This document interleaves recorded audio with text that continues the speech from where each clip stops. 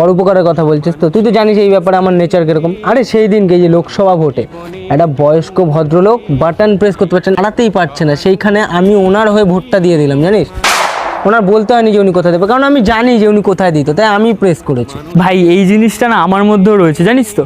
এই সেদিনকে emergency case, B positive রক্ত লাগবে, সারা রাত চোখের পাতা এক করিনি ভাই, সারা রাত বসে মশা মেরেছি, তবে গিয়ে ওনার রক্তর জোগাড় হয়েছে।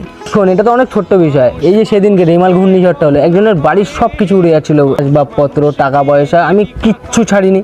টাকা পয়সা একটা একটা করে নোট রাস্তা থেকে কুড়িয়ে ওনার বাড়িতে নিয়ে গেলাম দেওয়ার জন্য, কিন্তু চ্যাটপাট উনিই নেই আর। এইটা বলছিস তো, তাহলে এইটা শোন, কাটা দেবে গায়ে, কাটা দেবে। একটা বাচ্চা ছোট্ট মেয়ে দেখে মায়া লাগছিল জানিস, এসে আমাকে বলছে 4 দিন ধরে দাদা কিছু খাইনি, একটু খেতে দেবে। পাশে একজন টাকা বিলি করছিল, ওনার বাটি থেকে 20 টাকা তুলে ওই বাচ্চা মেয়েটাকে দিয়েছি, কারণ সেদিনকে আমার কাছে টাকা পয়সা ছিল না।